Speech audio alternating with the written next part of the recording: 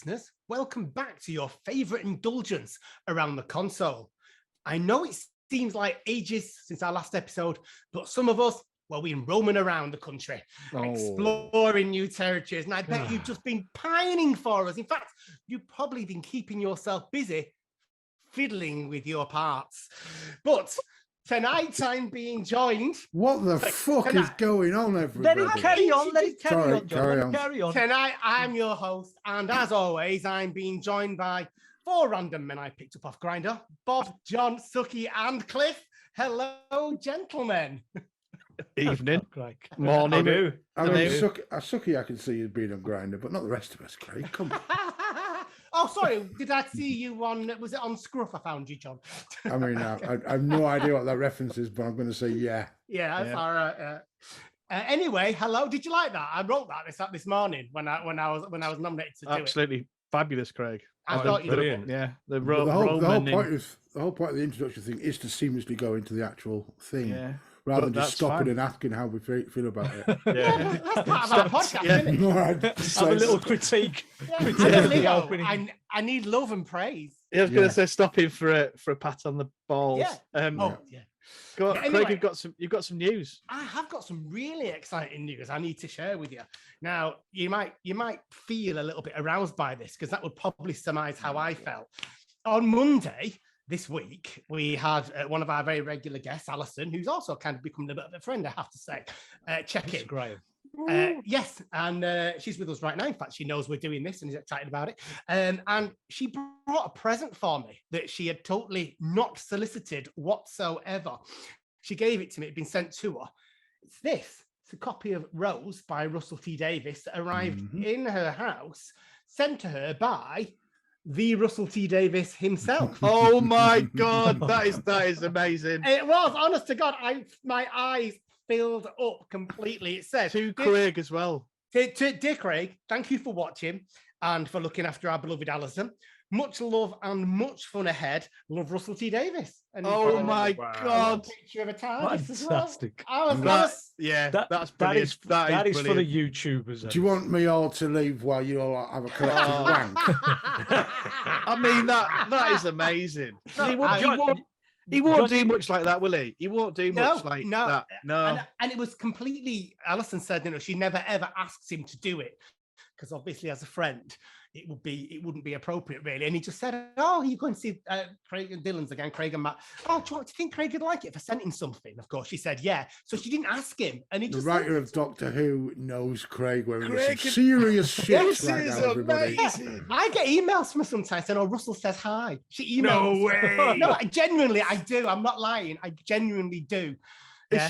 Is she really good mates with him, I presume? Yeah, really good friends. Yeah, really good friends. And she got interviews and everything. Yeah. Oh. Is the pages stuck together already, Chris? I've not yet. Actually, I've not actually dared really finger it much yet. But obviously I will be doing in the near future. Oh, Craig. So basically your friend is really good mates with RTD. Yeah. And he says stuff like, say hi to Craig and Matt. Yeah. I can't believe it. That's incredible. Oh, that's awesome. Yeah. Now, what you got to do, Craig, is to ask Alison. Step. Yeah, get Alison to ask him, do you fancy stopping over at the B&B? No, I couldn't. Could you imagine if I opened the door and he was there? Offer and say something like, if ever it comes up and you're in Whitby and you need a place to stay, you can stay at Whitby. Dylan's at Whitby for free. Well, he would. Yeah, absolutely. And he might do.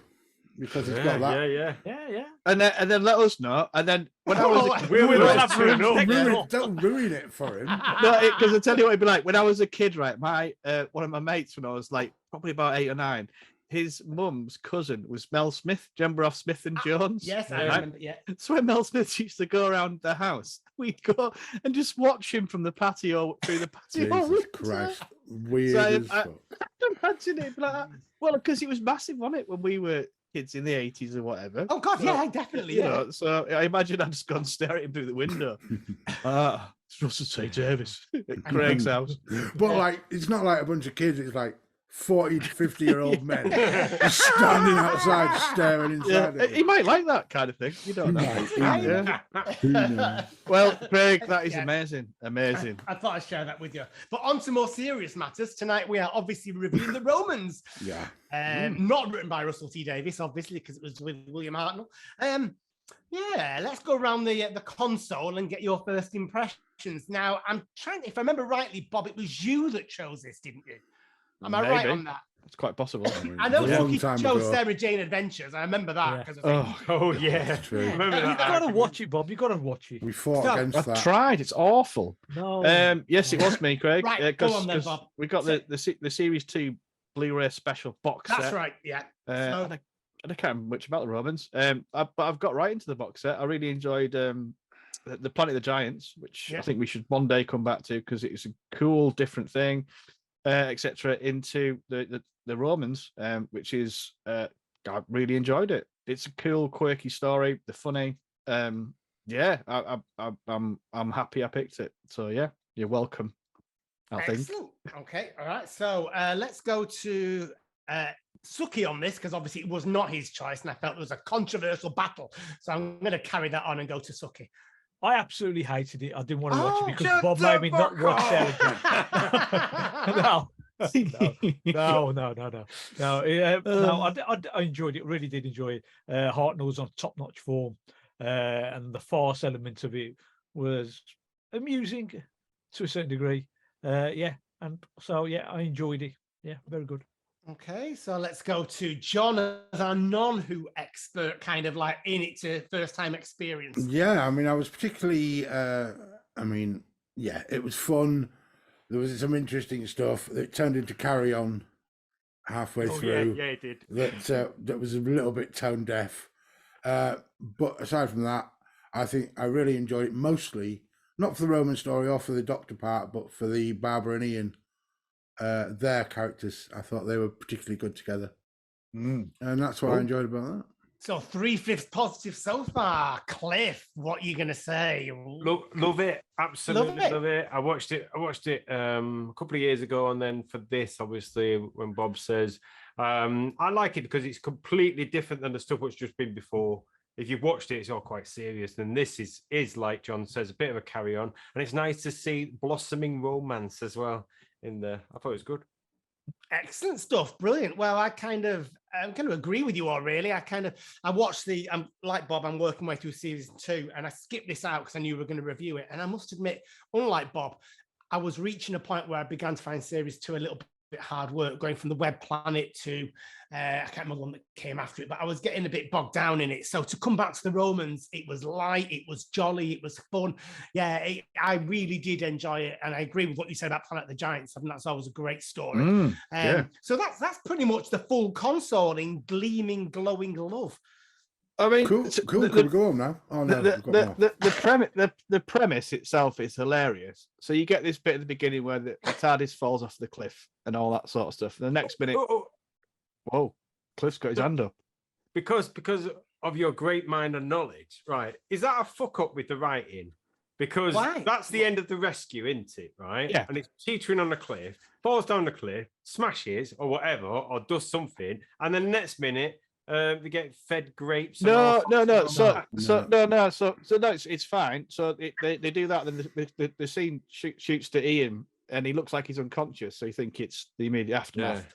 But basically, they've taken it as an opportunity, while the TARDIS is whatever, to squat at someone's house for months and have a little holiday, which is brilliant. They did reference, I think, that they wanted to, should we get these TARDIS? And the Doctor's like, nah, it's fine.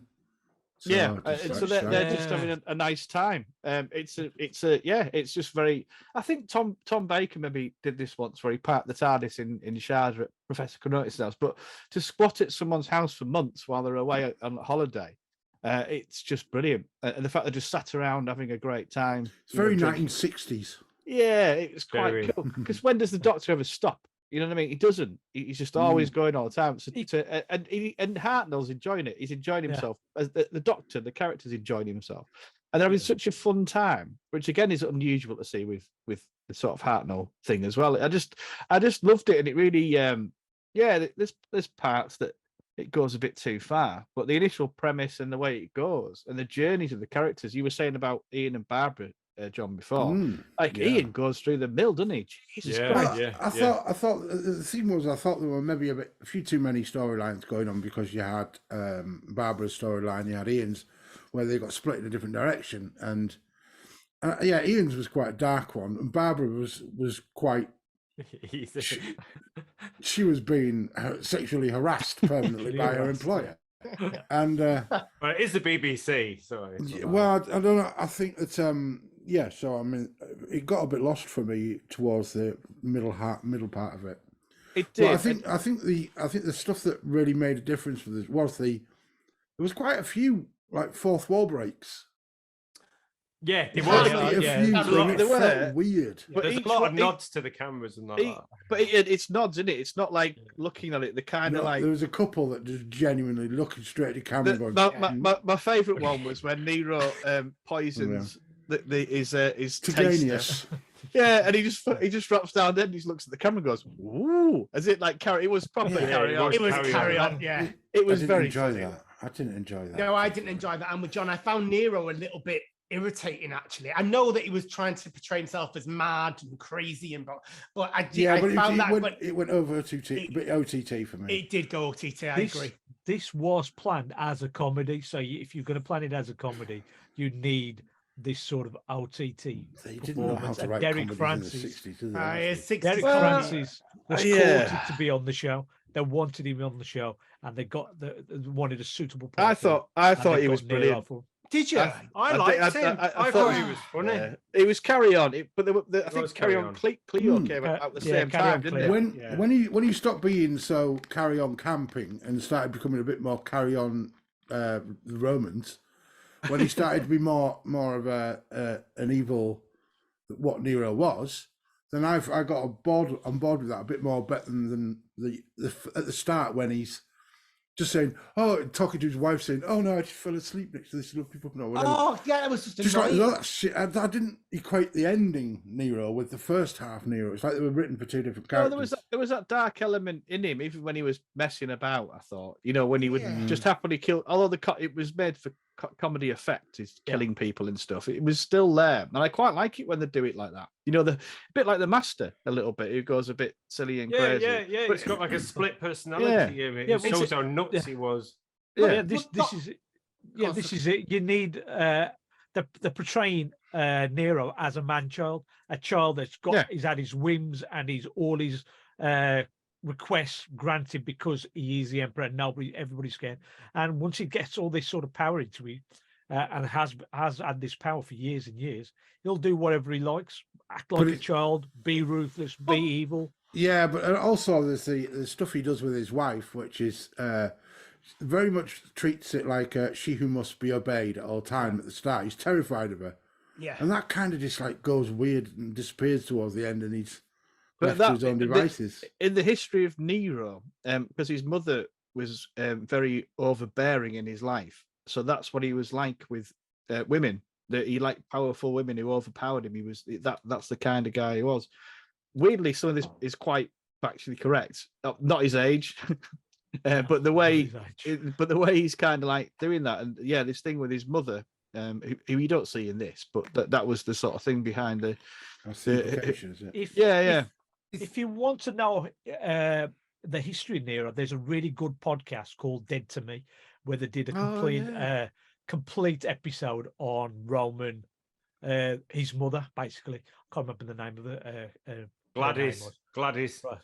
They did a complete episode of Gladys and how she was an overbearing woman, how she went around poisoning open people. all hours. It's just it was a bit like that, John. Yeah, I can make it all much quicker for you if you want. I'll get my husband in as a classicist. He'll just tell you off the top of his head. But we went to see an exhibition on this actually last year. I think it was in the British Museum. They had the whole exhibition on Nero and whether or not he was fair or not, and they focused in on the fire at the end, and it's really not kind of there's no massive evidence that he was actually laughing away and playing his flute, and that's the rumor that all that was happening. The women, that's the, I mean, I can very much imagine that is just a thing that just historians, it's like a popular take on it all. Yeah, because he did a lot of good stuff, didn't he? I know they portray him as mad in this, but he did do an awful. No, from a cultural point of view and that kind of thing. Yeah. You know, that's it. He supported the arts, didn't he? And all yeah, that, of course. Yeah, that's right. That's if you're into arts, that's good. Which brings us to William Hartnell's performance. It's brilliant. It's such fun. And that was funny. The Emperor's New Clothes moment, right? Yeah. Immediately I saw what he was doing, and I thought it was a great idea because he's an emperor. He does all that. The problem is that editing-wise, that joke is good for a few seconds. Yes. But once you've got 30 seconds to a minute of just silence and some titters and it sounds like a really bad comedy gig you're listening to. Yeah. Yeah. Then it's like it feels like you don't need to linger so much on that silence bit because it's dead air, isn't it? If you watch the other episodes, the other stories before, and this felt like such a breath of fresh air when I got up to this when I was watching it, and it's like, wow, it's completely different. Yeah, and I totally agree with that. You see where they was going. Yeah, they've done a bit false. Yeah, it is a bit carry on, and it is very 60s where it's like, chase around the building and all that type of stuff. But it's a bit of fun for it. I did think though, Ian's character to me felt like Charlton Heston. He had him in everything. He was great, even down to the fact that he didn't shave. You know, for a few days. His hair suited him more as well. For like that. I wish he'd kept it like that. I mean, what a radical transformation! Just a side parting straight down, and he becomes a Roman. It becomes a 1990s Scally. That's what he comes. With that hair. I'm going to be an Oasis. I actually really liked that scene where they were running around the corridors and they kept just missing each other. Yeah. I thought it was really good fun, actually, the way they were all there, and then it tied it in at the end that they didn't believe them. I thought that was really well scripted. It did make me giggle a little bit, actually. I thought it was well conceived. Now, I wonder if you could answer me a question. So, do Ian and Barbara in any way have a romantic entanglement in Doctor Who? Nope. No. This is because I got weird feelings, right? This is the closest they get, probably. Yeah, I was thinking it is the closest they get. It does read to me very much like it was two friends. It felt like a friendship rather than. Yeah, it didn't feel like a sexual thing. It didn't feel like he wanted her, she wanted whatever. It felt like a great platonic friendship, and I really appreciated it. I mean, in general, there was one scene where he finger blasted her by the trophy fountain. But I mean, I don't know if you can count that. No, that was Vicky. He did that. No. This is the closest story where most people think they've had. Can't believe they're finger blasting, guy. Yeah. I actually don't know what it is. I'm guessing what it is. I was going to go for. Sorry, Suki. Sorry, I was going to go for rimmed off Ian, but then that's going to be too far. Go on, Suki. Ignore this. No. I was just going to say that this is the closest story where there's a romantic relationship, because there's a couple of scenes, as Bob says, there's a couple of scenes. One right at the beginning where they're by themselves and they sort of wake up, him on the floor, she on the bed, and there's the scenes at the end. Again, where she's lying on the cell, well, that whole chasing around as well, where he's kind of like messing with her. That's brother and sister vibes from that. I didn't. I got flirtation vibe. I didn't get flirtation. Although me and my sister were very close. I didn't get flirtation vibes off that. I got genuinely. It's like a brother sister relationship. I don't think as well it would have been written into the episode at that time. For a potential romantic thing, bearing in mind that they're long-standing cast members, and you can't really do that without it turning into an arc. So I think very consciously they were writing it as brother sister. They're friends. Yeah, they're close friends. Yes. Yeah. So there might be some finger blasting when they're drunk or something. I don't know. That's just normal. Yeah. But we don't. Standard, isn't it? When in Rome. Yeah. I quite appreciate. When in Rome. I did though, like the connection between Vicky and the Doctor. Yeah, I thought that was those quite parts nice as well. was really, but it's only really her story, really, isn't it? Do you know what? I think he really likes having somebody that is there to show off again. You can, he wants somebody that you can show off to. Yeah, There but was not a- like a Jimmy Savile way. No, well, I was going to say. So I watched the Maureen O'Brien interview, Matthew Sweet. You remember when we did Colin Baker? I was talking about the Nicola Bryant one, and how fascinating that was. Well, there's a couple on this from Matthew Sweet. One's with William Russell, which isn't the most fascinating thing in the world. Bless him, he's very old, isn't he? So it's just whatever. But Maureen O'Brien one's quite fascinating because William Hartnell was homophobic. He was racist. He was all this sort of stuff. Obviously, going back then, different time, etc. Exactly, yeah. But she adores him, and her job was to make him laugh behind the scenes when he was getting irate and angry and all that kind of stuff. But she did adore him, for whatever all these. There was a bitterness with Hartnell because he was never taken as what he thought he was, which was a magnificent actor. He got all these sergeant major parts and all that kind of stuff. And it never quite went. His career never went the way it did, apart from with Doctor Who. There was a film before, I can't remember what it was called, but anyway, so she was there to keep him, make him laugh, make him happy, make him smile, and it was just quite a nice little thing because you get some people, who've had the brunt of Hartnell and had, rightly so, they've had, not nice things said to them and stuff like that. But it was quite interesting hearing from someone who I would class as what's the word? Like, I'm not going to use the word woke, but Maureen O'Brien, she's quite a liberal, nice, sort of articulate, intelligent person. And hearing her talk about it was quite fascinating. And after hearing that interview and watching this again, you saw that dynamic. She was just brilliant, Vicky. Because I've come off the back of The Rescue into the Romans, and I think she's fabulous, Maureen O'Brien. There's a lot more to her than Susan. And I think definitely. Susan's quite whiny, isn't she? Yeah, but I really like their dynamic. I think Maureen O'Brien, I've got a lot more. Not that she's now she moved past me by a little bit, but now she has not, and now she is. I think she had the potential, if it wasn't really shown, to be an amazing companion, and she was brilliant with William Hartnell. I thought they were fabulous together. It would have been interesting if she wasn't a pretty white girl that she was, and she was a black lesbian or something. Would Hartnell have been quite so? Well, there is that. Yeah, exactly. So just Yeah. No, exactly. No, I'm not sticking up or condoning it. It's just if you. I don't know. I think you are, Bob. This is it. You're putting your colours to the mast. You're completely racist and homophobic. Absolutely, I've thought that for years, John. Yeah, it's totally the worst. Yeah, but we understand. We don't need to caveat it because we understand. But yeah, it's just something that it's like when you have people that are fond, like she was saying, she was fond of Hartnell. You can be fond of people that are racist and homophobic, which goes back to the point that a lot of our relatives and my granddads and all that were all like that, but I still loved them. You know what I mean? Yeah. So it doesn't make a lot of sense to try and equate them being like that with immediately we must consider them evil and never speak to them again. It wasn't that. It was the way she was speaking with such affection for him. I think that's what it was, because he was cantankerous. He was angry. He was. I'm not mean just the homophobic racism, whatever, but just his general thing he would get, because there was a lot of anxiety with him, because he wanted to do certain things. There was a lot of resentment, a lot of bitterness and anger, and for someone she immediately was able to sort of snap him out of it, and he really liked that, and she liked that as her job, if you like, making him laugh and come out of it, and it made everyone else's life on set a lot easier, which added to this. It shouldn't be a job, really, should it? It should be professional enough to be able to go and do his. It's certainly a testament on the on-screen chemistry between them. Is certainly that brings it out. Definitely shows.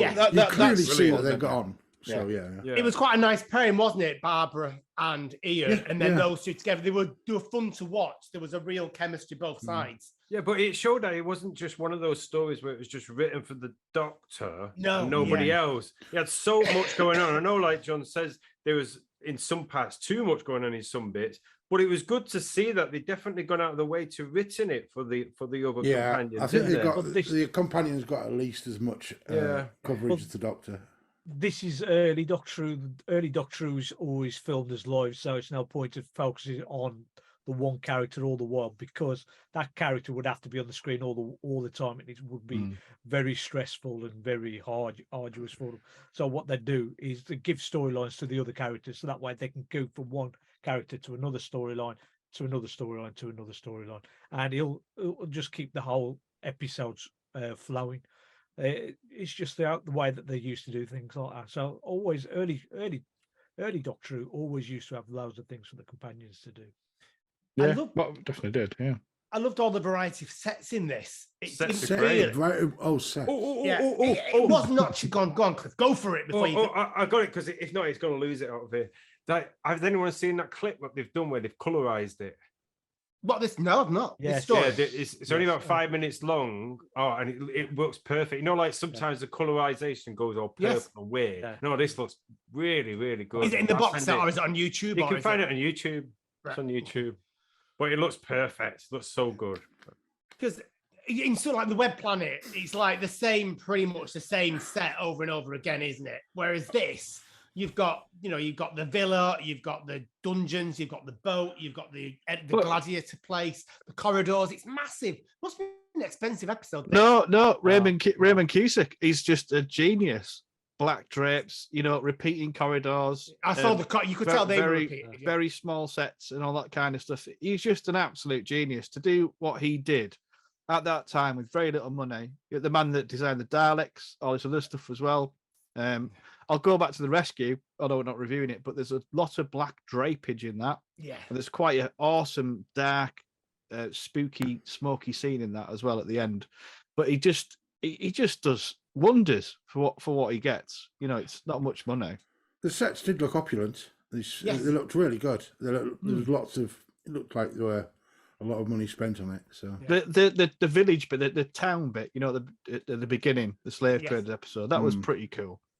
There's a lot of good stuff in it. It was so good that I had to check, and I just checked now, thinking, did they make High Claudius roughly the same time? Or it's not. It's about 10 years after. Way after. And it's still a lot of the sets in this would need to work on that. Well, this was made at the same time as Carry On Cleo. So, because Dennis Spooner actually went to the recordings of this, right? Because he's got a neighbour called Jim Dale, the actor. Yeah, I remember Jim Dale. Yeah. He went, he's a close mate of his, apparently. So they went down and he saw the filming of Carry On Cleo. And some of the storyline in Carry On Cleo is sort of in the Romans, like the slave trade, taking Britons from Britain and putting them in the slave trade and then trying to escape. All this stuff is sort of may have been gone into Dennis Spooner's subconscious, and he decided to just reuse it for the Romans. And this came out at the same time as Carry On Cleo came out at the cinemas. So you had Cleo at the cinemas and this on the telly. Dennis Spooner, good writer, really good writer, at this time. I think, good director as well. Good, I liked it. The director was all right. Was it Chris Barry? Yeah. Barry. Stalwart of Doctor Who. Good. But no, it was cool. I think the other bit one of the many bits I like was I don't know what the chap's name was, but the guy that frees Barbara from prison, the Christian. Yes. I like that little element with the cross and all that kind of stuff. Yeah. It was he was good. I liked him. He was a good character, good actor. Now, you see, I didn't understand what was going on there for the first 3 episodes. I mean, I seen this story for years, and then I was thinking, why is this character coming up to the Maximus Petulian, right, saying, "Look, I've done this for you, I've done that for you," when he was like head of Nero's house, like, and I just didn't understand it. And it's only when that little bit came out right at the end with him holding the cross up. It clicked in my head. Oh, he's a Christian. That's what he's trying to do, right? And that's when it all clicked into place as to why all these sort of assassination attempts were being planned and thwarted all over the place. It was a really well-conceived story. It wasn't right from the beginning when you got the guy killed almost in the first so many minutes, as they're out walking in the park as such, who was, the guy the Doctor took the role of, that you have no explanation for until a little bit later. It's really been, as a 60s story, nicely paced for kind of dropping little bits in and explanations. Keep you interested. Also, quite educational, because it was still at this first time where he wanted to say something to kids to watch it for them to understand. Like, look at Suki now. It took him years and he's just realised that bit. So it's working. It's only taken me 30 years since I first saw the story. Well, I do think the entire premise of this is just based on the kind of one-liner of Nero playing his lyre and and dancing Yeah. with the flames of. That's it. That And one little concept of the whole episode, the whole thing has grown from that one little concept. And that comes out of nowhere, doesn't it? Or did I miss a build-up? You know, the Doctor stood there and said, No, "Right to that the map," was and the the whole- next thing. That was the whole point of the entire story. It was in order to have that at the end. Yeah, Well, but he just the point of the story, Doctor Who was, designed to be a historic. Yeah, Kind the of what- historical aspect. Yeah. So it was all kind of like just showing you around Rome and all this kind of stuff. And, that was, like you're saying, the way in and that kind of thing. But yeah, I kind of, it's kind of a bit freeing, a bit just watching Doctor Who, just to watch Doctor Who messing about, and look, without any real, apart from Ian, real peril. There's a bit at the beginning with Ian and Barbara. no, Barbara had a bit of. No, but I mean, Really Ian and poisoned and Barbara. killed. Oh, of course, yeah. But that kind of, but it was still made for comedy effect. It was just a light fun, if you know what I mean. It was just Doctor Who pissing around. And which you don't see there that. wasn't any sci-fi in it at all, and it didn't lose Yeah. anything for that. No. It didn't. There was no aliens, no nothing, just really straightforward historical romp. Oh yeah, good crafted story. It was Yeah. a bit sinister seeing the Doctor seem to be, happy seeing everything burning. Well, yeah, that's the point, isn't it?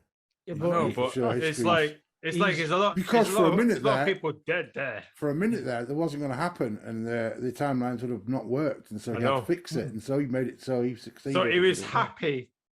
There's still It dead. happened. Well, And he that's was what also we get. happy That's to what we- be there and witness it, kind of Yeah, thing. well, that's the thing Yeah, at the end when the doctor says, "Oh no, not my fault at all." Ha ha ha ha ha ha ha ha ha. For like 30 seconds before. Do you know-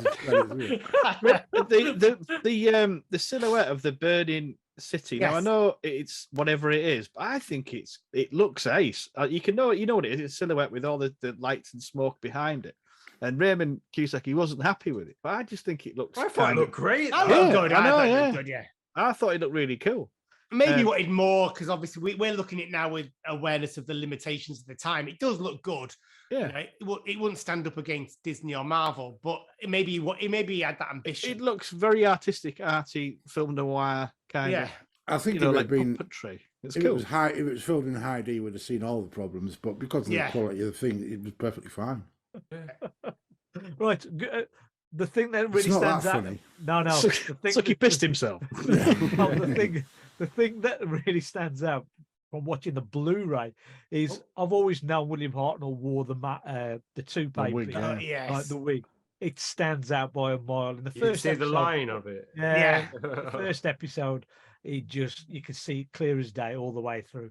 Normally, if you'd have watched this in the 60s and they're black and white, really dodgy, Small TV screen Yeah, and things small like TV. that. right, wouldn't it look bang on? I mean, when I first watched this, it was on a flipping third or fourth generation copy. I didn't see, but when you're watching it on a Blu-ray, oh man, all you can see everything. Do you know Even what? There's something I think backdrops. it's ruined some films where you get it Blu-ray. It's Yeah. like, you don't Well, need listen, it. I was looking on eBay last night for a video recorder and an old, the big back VHS. TVs. Yeah, Yeah. because although I've got rid of all my Doctor Who videos, when the DVDs came in, I'd replace them. I really do want to get into watching it, like as it should be watched on that on Yeah. a kind of smallish, big back TV with a video player, just to get the so you don't get all it. I don't know, just there's something romantic. It could have Well, you could have a copy of my torrents if you want, because they're all the Yeah, old ones. shit is that? Yeah, awesome. I wish I could hear Yeah, John. yeah. talking Yeah, right John, now with John, his, you've lost your I'm not sound. saying That's, anything. I'm not saying anything. What are you on oh, about? What are you talking about? It's I just just- I- anything. the hand yeah. signals gave it away. I what wished you're for you to talking about. talk, and that wish came true. Well, I've got nothing to say. So, Brilliant. are we on to our final comments then? Is there anything anyone else would like to add about the Romans? Are we? Go around the console. Let's go on the console too. Craig, And yeah. I shall pop to. I'll go to Suki first, so then we can all have 5 minutes off while he goes through his notes. Oh yeah, you go. No, I've only got one thing, two things actually. One, the first one was Ian and his mates fight, which I thought was really well performed. Yeah. because they're really swinging with them swords and playing with the nets and the shields and stuff. Like Yeah. that. Go on, Cliff. Oh, the Hartnell fight. It was great seeing him. Yeah, that kind of like, It up. yeah. That was good. Yeah. That. Sorry. That fight was against Ascaris the Assassin, and that was played by Barry Jackson, who years later would come back as Drax, the Time No Lord in the way. Armageddon. Oh, really? Yeah. So that was Okay. this is one of his earliest roles. But they were And the both they're both people that they versed. So Ian and the Doctor, they were big fight scene stuntmen, because normally in fight scenes you would get the opportunity to do quick takes and stuff like Yes, that. But yeah. they just had one big kind of thing. So it was up Big to them wide shot. to make it all quite actiony and whatever. And I thought they pulled it off. That was quite good. But yeah, it was good. Cool. So 2 words then, Suki. Have you got 2 words? You Not still yet. got more notes, Craig. Yeah. Oh, so he said he only had one thing. Go on, Suki. The other thing there was Like Columbo. It's like his pen poised. It's like it's.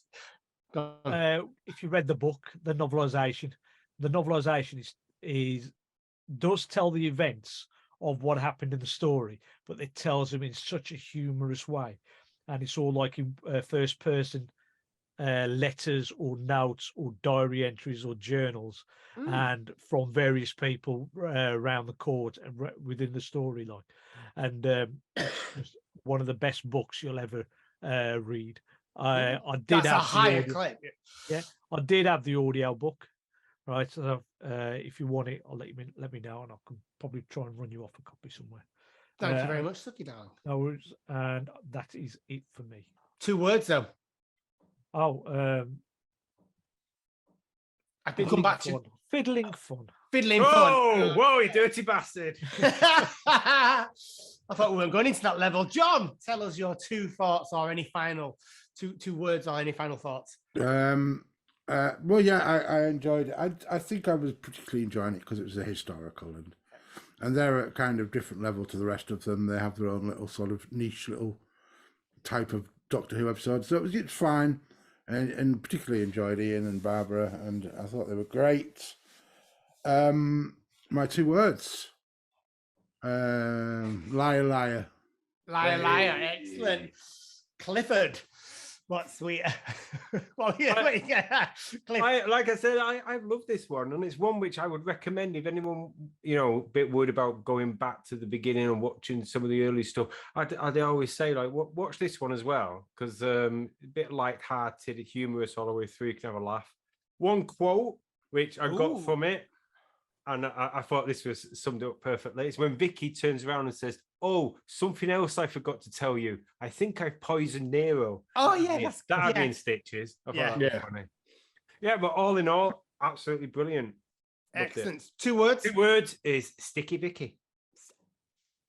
I don't know what to say to that. So moving swiftly on to Bob's stuff. Bob, I'm just going to have to wash my thoughts out. It's been a joy, because I'm now up to the Web Planet on this season 2 Blu-ray box set, which I'm not that keen to get into, to be honest with you. But so far it's been brilliant, which is why I don't want to proceed. It all went downhill for me from there. Well, not all the way. I'm dead chuffed to watch it. I'm dead chuffed to watch The Rescue as well before it, because that was Maureen O'Brien. Joined on. Or Vicky's introduction. It's nice to sort of go back and watch it, and watch the interview and just I've got a lot from it again. Not just from the story itself, but from all the other stuff that goes with it. So yeah, it was just a joy. So I am going. My 2 words are finger blast. Yes. Finger blast. I can't believe it. Okay, right. So I'm gonna kind of move on slightly from what Bob said. Almost. I've been watching the season 2, and I omitted the Romans because I knew we were going to do it, and I did move on to the Web Planet, and I really can't remember is it the Crusades? It's Crusades right after that. Yeah, and those 2 I did find a challenge. So then I came back to this for the podcast, and it was my 2 words: light relief. Because it does go really quite challenging. That's a great one. That's a great one. Yeah. So I just light relief. So we got Sticky Vicky, light relief, finger blast. There's a kind of a sexual theme there going on. Not my words, Craig. No. No, where did finger blast come from? Oh, it was Cliff again, was it? No. Yeah, it's Cliff. Right. So, gents, thinking about next month, because obviously our listeners need to know what they're watching. We need to think of what we're going to choose. And that's a difficult dilemma. The whole world of Doctor Who out there.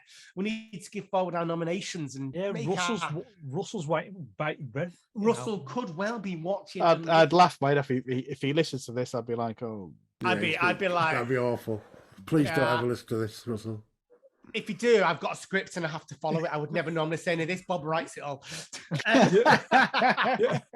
You're asking him to not listen to this towards the end of the episode, so therefore he's already listened to most of it by the time he gets to it. No, I mean, it's not this episode, but previous ones, maybe. Shall we say, like the Runaway Bride? Any of our back catalogue. Yeah. Okay. Love you, Russell. Next episode, I'm going to go to Cliff first. Yeah. I was thinking of a bit of Sylvester, so I went for the Silver Nemesis. Oh, yeah. Oh, I've not watched Silver Nemesis for ages, actually. But he's a Sylvester fan. He can't be like that. It's definitely hard. It is right now, yeah. The thought of Silver Nemesis, I love it. Yeah. It's only 3 episodes. Yeah, it's cracking. Look at him selling it to John now. Yeah.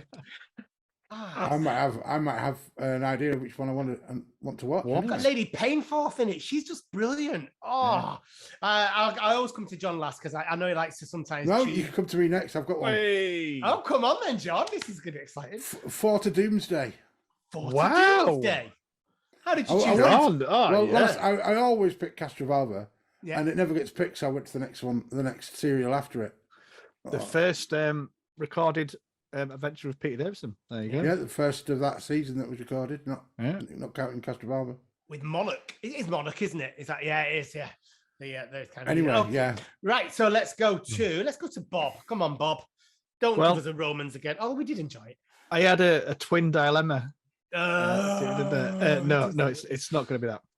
I was really, I don't know why. I was going to put McCoy again. Remember, it's the Daleks or Ghostlight, because everyone looks chuntry. I love Ghostlight. No, I'm. You're not going to. And the reason why is we did review it when we did Prog to Who, and I've never heard Craig. It was just amazing.